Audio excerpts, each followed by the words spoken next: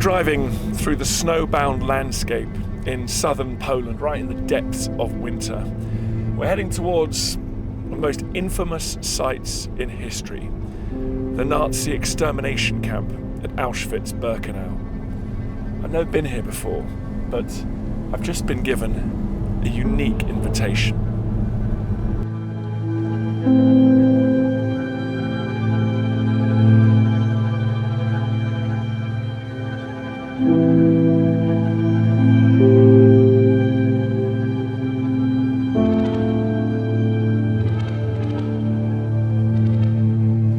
Over there, Auschwitz. Those blocks of barracks, the barbed wire, the watchtowers, just symbols of the monstrous criminality, the murder that took place here of millions of people. They're instantly recognisable all over the world. But what is unknown until now is what went on in this little house here. It looks innocuous, but in many ways, it's the most evil place of all. That was the home of the Commandant.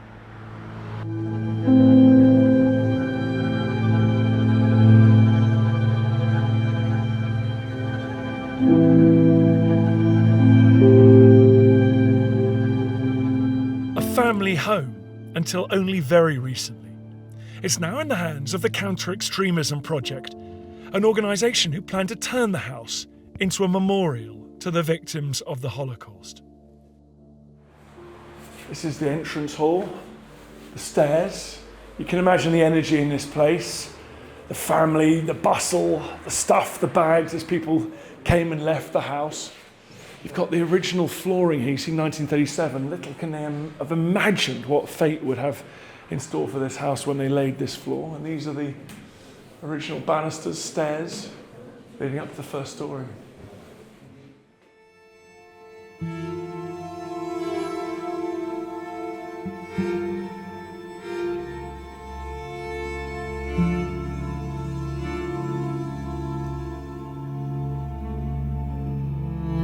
The house was originally built in 1937 by the Polish army for the Polish military officer who was in charge of the barracks. The house, along with the adjacent camp, was seized by the Nazis after the invasion of Poland in September 1939. For nearly a year, the camp was used by the Nazis to house political prisoners, but that was soon to change with the appointment of Rudolf Höss as camp commandant.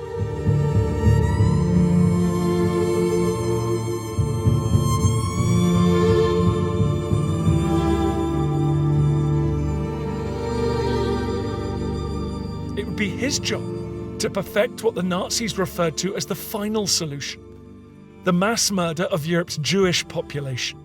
Men, women, children, Jewish families. And every night he would be returning home to his own family, who moved into the house with him.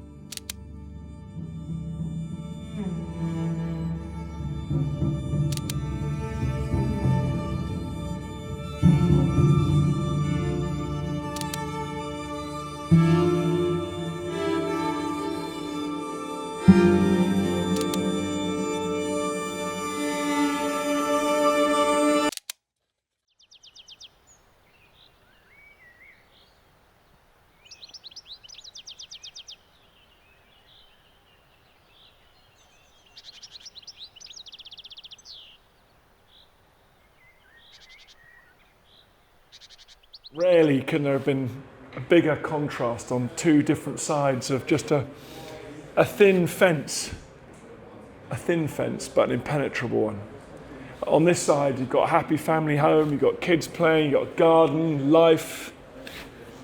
On the other side, you've got an entire industrial facility given over to the efficient mass murder of human beings. Over the next 3 years, Höss would go on to test and perfect the techniques of mass murder, pioneering the use of Zyklon B, leading to the construction of 4 large gas chambers and crematoria across Auschwitz I, II, and Birkenau.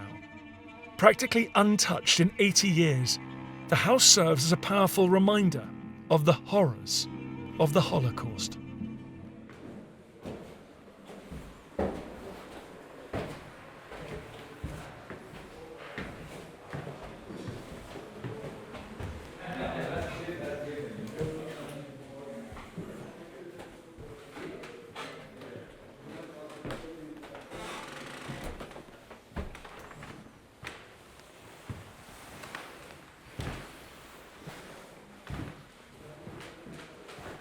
This is the top floor. This is the kids' bedroom. He had these windows frosted so they couldn't actually see what was going on beyond that fence. He had to protect the children from the consequences of his own work. Just imagine them sleeping here, playing here with their toys, and 100 meters that way, thousands of people being gassed, their bodies burnt in the crematorium next door. It was in this house, in these rooms, where the Höss family celebrated birthdays and Christmases. While just meters away, hundreds of thousands of people were systematically murdered. But it's the basement of the house where these two worlds were joined.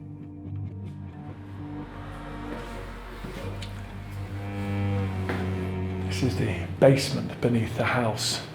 It's got an important connection to the camp.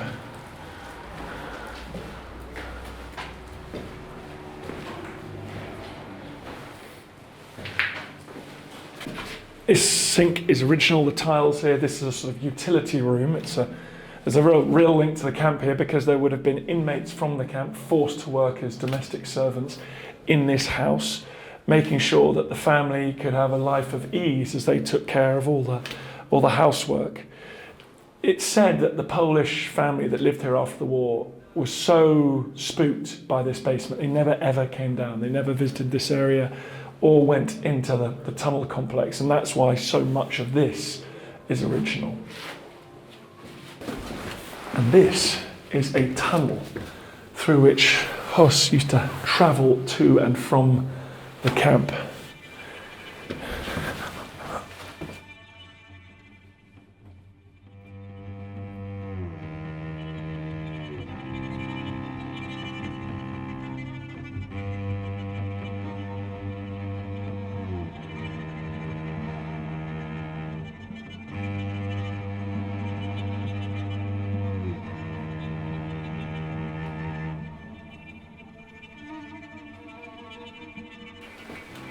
The tunnel's been blocked off here, so you can no longer access the site of the camp. And I can imagine that the house and the garden would once have felt like happy places, family spaces. But there's no doubting what was going on down here. This is cold and damp, it is chilling. It feels like a place where evil resides. And so his daughter said about Höss, he was a man with two sides, two parts to Höss. There was the family man and the genocidal murderer. And this was the threshold. This is where he stepped from one identity to the other.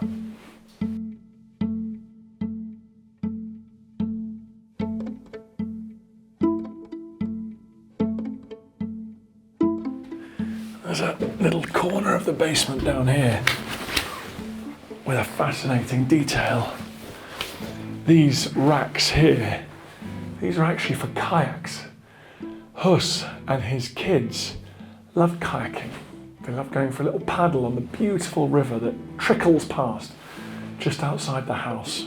Like everything about this place, there's just the most crazy mashup between the domestic, the family, and the murderous.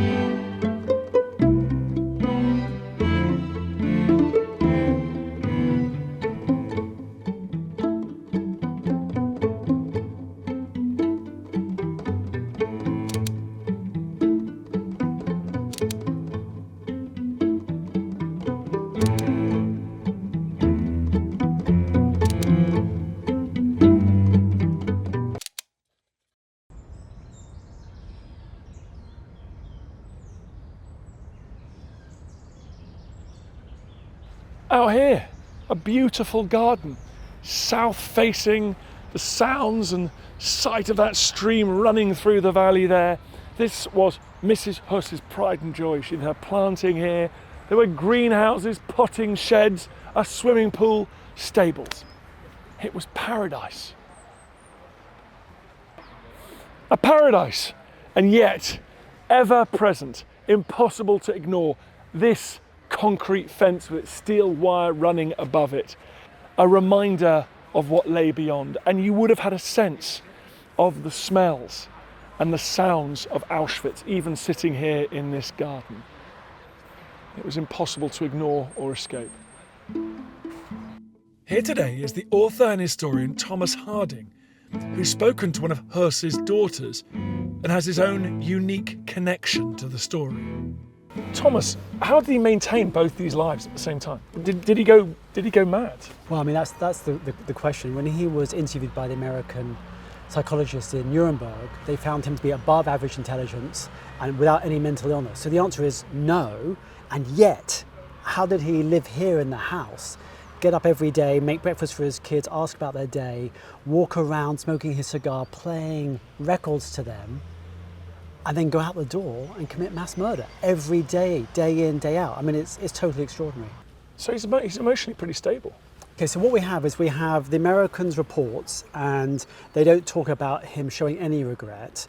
In prison, he wrote that the only regret that he had was that the atrocity motivated the enemy to fight even harder, which is not really a regret, is it? He does say in his memoir that he was disgusted by what he did. He knew it was wrong, so much so that he used to drink himself to sleep every night. Sometimes, I don't know, it must be nearby here, there was a barn where his horses were and he would fall asleep with them. He couldn't even go back home with his wife. So what you take from all that is that he did have some emotional impact. It did have an impact on him. He did have empathy. His daughter said that she told me, Bridget, he was the kindest, most wonderful father in the world, that she loved him. So if you put all that together, that meant that day in, day out, he was choosing what he did, that he was a human like you and me, that you and I could do the same thing, but he was doing it anyway. He was overcoming those emotional instincts. And for me, that's incredible. Tell me about that personal connection. Your great uncle hunted him down. Yeah, my great uncle, German Jew, fled the Nazis, came to England, signed up with the British Army. At the end of the war, he tracked down and amazingly he arrested the Commandant of Auschwitz in northern Germany. On a bit of a personal mission, yeah. Right? Personal mission, and for him it was personal because he was a German Jew. He said, I'm going to go and get this guy. I'm going to get this guy, and not only that, he tracked him down. The guy was hiding under a fake name. Franz Lang in a farmyard, in a farm in northern Germany near the Danish border. And then he found him, and the guy said, I'm not Rudolf Höss, I'm not the Commandant of Auschwitz. And by identifying him through his ring, because in Germany often you put the names of the wife and the husband in the ring, and he knew it because my uncle knew it because he was from Germany. He was able to identify Rudolf Höss, and then he said to his mates, the other soldiers, you can have a go. And so they beat the hell out of Rudolf Höss. I mean, wouldn't you? I mean, if you're going to beat anybody up, isn't this the guy you would beat up, right? I mean, I would. But then he stopped at some stage. It was like, okay, enough, boys. And then he brought him in for arrest and delivered him to Nuremberg, where he didn't stand trial in Nuremberg. The Americans wanted him for testimony because up till then, the senior Nazis hadn't admitted anything. I was just following orders, and I was in the army. I didn't know what was going on in the camps, and it was Rudolf Höss was the first one who actually said, "Here are the mechanics." I mean, I just got chills even thinking about it. Here are the mechanics of the Holocaust, right here. The selections, the gassings, the transports, and he was the first one to actually talk about it in Nuremberg, and that changed the course of the Nuremberg trials. And this is also just here was where he breathed his last. I mean, Rudolf Höss was put on the gallows right here, 300 feet from here? I mean, in sight of the place, the house that he used to live, just by the old crematoria. And then they scattered his ashes. We don't know where the ashes were buried. I think they didn't want to create like a shrine or something, but somewhere near here. Could it be in the river just across the road? I don't know, but somewhere near here, his ashes were buried. You, like your great uncle, also hunted down a member of that family as well. Tell me about that. The daughter of the Commandant, Bridget. I was living in America at the time, and I was writing the book about my great uncle and Rudolf Höss, about the arrest. And the two stories, I really wanted to talk to the family members. And so I came here with the grandson, Rainer, who we came to the house in 2009, couldn't get in. There was a Polish lady who was quite rude to us, don't come in the house. But through Rainer, I tracked down his aunt, Rudolf Höss's daughter. And at that stage, none of the family had spoken in public. And we spent like 3 or 4 hours talking about her life here at the villa, talking about what it was like to live here. And was it a happy life? She said, literally, those were her words, it was a happy life. She used to play in the garden right here. There was a pool, a swimming pool, there was a slide. They had 2 turtles, one was called Jumbo, one was called Dilla. Back here is the river, the Soda River. They used to go on boat rides. She and her father used to go on sled rides in the winter. She said in the house, there was a Christmas tree and her father would adorn it with, I mean, this is, okay, I mean, even when I'm saying it, it's crazy, isn't it? It says, you can see the camp wall is here. You can see the prisoner barracks are there. And here you have Bridget, she's 8 or 9 years old. They've got a Christmas tree in the living room. And she said that the father, the commandant, would ring a bell. And when I'm interviewing her, she goes, ding a ding. And they would come in and the Christmas tree was covered with candles and Christmas cookies. And they were only allowed to eat the cookies, she said. And obviously this was important. You can imagine for an 8 or 9-year-old, this is the most important thing. Only after Christmas dinner was she allowed to have the cookies, you know.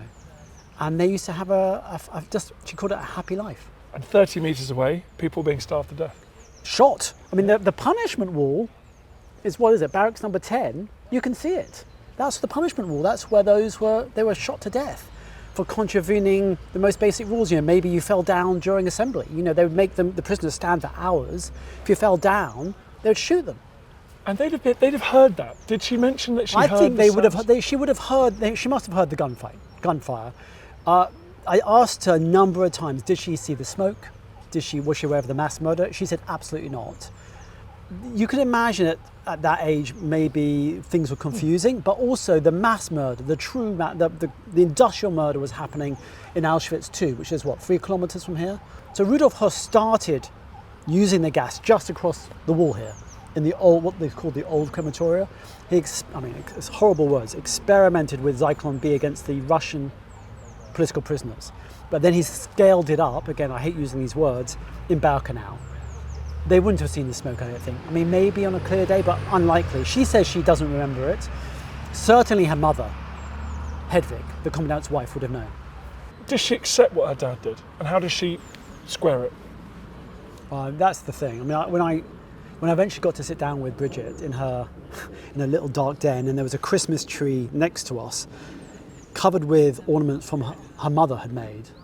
And upstairs in the bedroom, there was a picture of her father and mother on the wall. So she was still sleeping under the picture of her parents. She totally acknowledged what happened here. She said she'd seen Sophie's Choice, she'd seen Schindler's List. She was aware, as you and I are, about the horrors of the Holocaust. And yet, she said she loved her father. He was the nicest, kindest father in the world. I said, I mean, my stomach, I remember that feeling. I felt sick when she said that. How is it possible? How can you be the nicest, kindest father in the world if you've murdered over 1 million men, women and children? Most of them are Jewish, just steps away. And she paused and she said, she thought about it and she said, there must have been 2 sides to him. The side I knew and this other side. But Dan, I mean, it really noodled my head. For the next 3 days, I was a real mess. Because she clearly loved her father. And if he was capable of empathy, if she loved her father, well, that means he was just like you and me. You know, that means anyone could do it.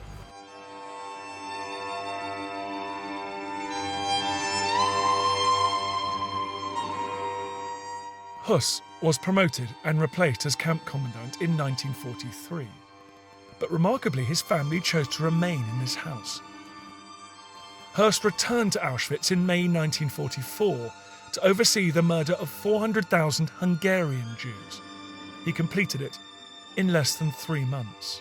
But just shortly after, the family would be forced to leave their beloved home for the final time, fleeing ahead of advancing Soviet forces.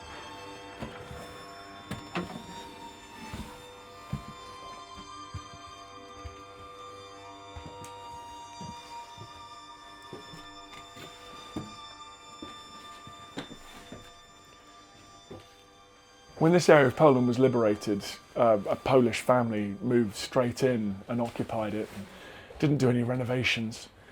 And since then, only 2 families have lived here since the end of the Second World War.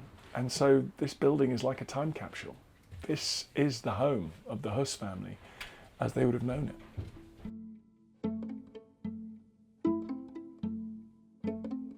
In the process of restoring the house, the team has discovered some remarkable artefacts from Höss's time here, including one particularly emotive personal item recently found in the attic that attests to the brutality suffered by Höss's victims. So really what demonstrates the mind of Rudolf Höss for me, let's take the box off that we have a better look, is really 2 categories of items. The first item is a trouser of a Auschwitz prisoner. You can see here still very clearly the red triangle, so it was a political prisoner. If you put black light on this, you can see a faint outline of the Star of David, and we just about under specific lighting conditions can read the beginnings of a number here, but we hope that the museum can be able to help us to read the rest of the number. If we have the number, we have the name. So however, you could identify the person whose trousers these were. The Germans were very good in writing lists. If you have a number, you have the name. One other really shocking aspect, so we assume the likelihood is high that it is a female Jewish prisoner who had that trousers. But the really sad story here is also that the last owner of these trousers sewed 2 pieces of cable on either end of the front of the trousers, because apparently the individual had lost so much weight that they had to make the trousers significantly tighter. Even if you weren't selected for killing that day, you were purposefully starved. You got less than 1,000 calories of food a day while doing hard labor. So the idea was to kill you on a schedule, but to make sure that you're dying while you're on that schedule. But what is really tragic about these trousers is not that it was in the attic. It was used to plug a hole in the roof. So this was the trouser of a living, breathing, crying, laughing, loving, hating human being. And because it's now plugging a roof, it means that human being being extinguished in the Holocaust. And for him, for Höss, this was just a piece of cloth that could plug up an annoying roof leak that he had. So that's the first part of what we found. It's horrible. I mean, for me, this is the Holocaust in one little piece. And also the treatment of the piece gives you a window into the mind of this man. For him, this has nothing to do with humanity. For him, this was not a human being. For him, this was something to be disposed of, and the clothes then can be used for building purposes. That's the mindset one has to understand about the Holocaust.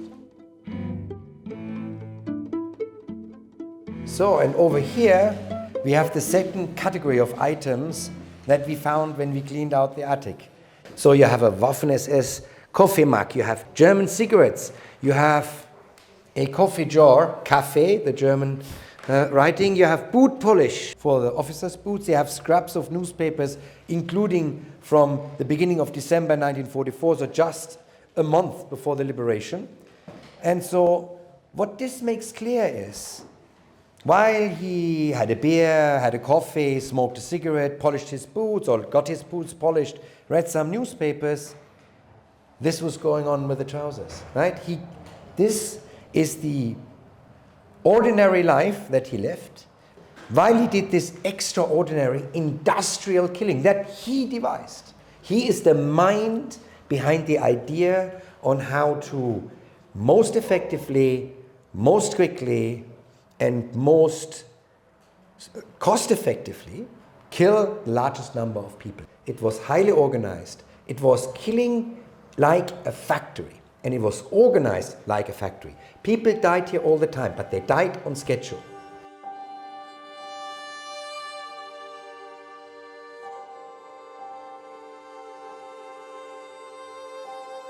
So what are the plans for the house now? So if you look at these objects, it tells one big warning. This must not become a memorial of Rudolf Höss. History Hit will continue to follow the story as the house is developed into a memorial to those who died. You can find out more about the Höss house and the origins of the Holocaust on my podcast, Dan Snow's History Hit.